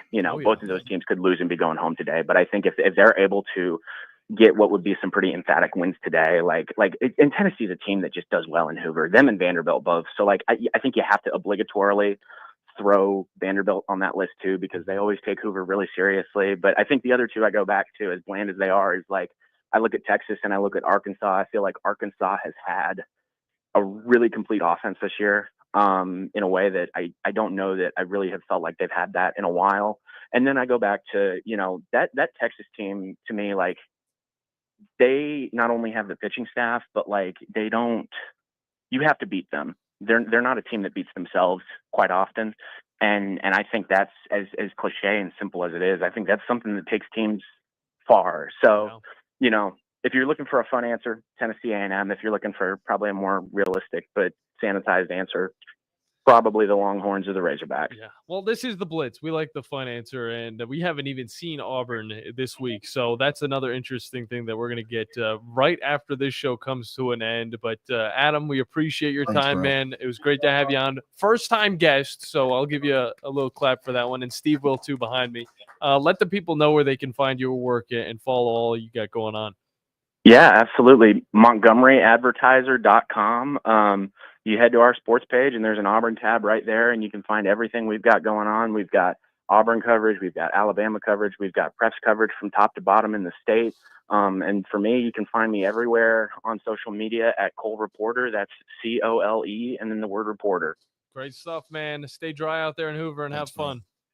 Will do. Appreciate y'all having me. All right, see you. Good stuff. Adam Cole, Montgomery Advertiser. Go and find that and get all you need to know about not just Auburn, but all of the SEC. I know Adam's very busy with that. I guess we could try. Look, the music's about to hit. Yeah. We got a call right now. I'm going to pick it up. Okay. We might be able to get one call in. Yeah. You go ahead and you work on that. You can also watch on WZZN TV, because coming up here in just a little bit, matter of fact, in about 4 minutes from right now, we're going to send it down to Hoover with SEC Radio Network as they get ready for Auburn and Texas A&M. That's going to be coming your way at 11 o'clock. You also, right after that, you're going to be getting Tennessee and Texas. Then you're going to have Oklahoma and Vanderbilt tomorrow. First game is going to be at 3 p.m., and that is going to be Ole Miss taking on the Arkansas Razorbacks. It's going to be a fun one. Arkansas is going to sweep them. They're going to absolutely destroy them. At least that's my prediction, and I'm not very good at it, but maybe Josh can help us out a little bit more as he's the final call of the show. Josh, how you doing, man? What's going on, fellas? How y'all doing today? Doing good, man. How about you? Oh, man, I've been busy at work, so I haven't been able to really listen as much as I normally do, but I was able to catch that last interview, which was really good. And I just wanted to get y'all's opinion on Bama and what you think, and, when the Stoopers start. I mean, I felt like they made that good comeback against Tennessee. It was 6-5, but Tennessee's bats just were so hot. But, I mean, they still look great, though, like they could make a run. Yeah, I feel that. I mean, this is a team that had 15 plus wins in SEC play. They've had solid hitting. Their pitching has been really hit or miss, and I think kind of similar to what Adam said. Texas is a team that won't make too many mistakes. Alabama has been a team that has been really hot at times, but those little mistakes come back to bite them, and I think that's the one thing that's going to get them maybe in the regional as well. But I do think they'll get out of the regional. They'll get out of Tuscaloosa, but we'll see how far they can go after that. The biggest thing is going to be if they're going to be hosting or not, because losing right now means that their fate is not in their hands when it comes to it. And you never want that. No, and a lot of times that was my next question was, do you think they'll host? See, I don't think they are. I think that they're going to be a 2 seed somewhere. I think that, again, I could be wrong, but I think that they are going to be a 2 seed. And if they go somewhere like a Texas or a TCU, not a Texas, but a TCU, then you're going up against a very good TCU team that I'm looking at and thinking like, you're going to have to go up against some really good pitching. Some dogs. Yeah. But it's so that's where the question for me really lies. If you can stop a Chase Brunson, if you're going to stop a Cole Kramer, those types of guys, that's going to be a question that Alabama's going to face if they go to TCU. Yeah, I hear you, and that's what kind of worried me was the pitching. Even in the first game, it didn't look too great. Well, Josh, we appreciate you calling in, man. Good stuff from you. I love the show, fellas. Y'all have a good weekend, Memorial Day. Y'all stay safe. You as well. Good stuff from him. We'll be back tomorrow. Yeah, we got a whole show and one. It's almost like it's because we only had 30 minutes in the last 2 days. Yeah, there we go. You'll get plenty of us. Don't worry. For me and Joe, we're out of here. Look forward to some baseball all day long. Thank you, Steve. See you guys. The Braves roll into the 2025 season with a singular focus. Bring home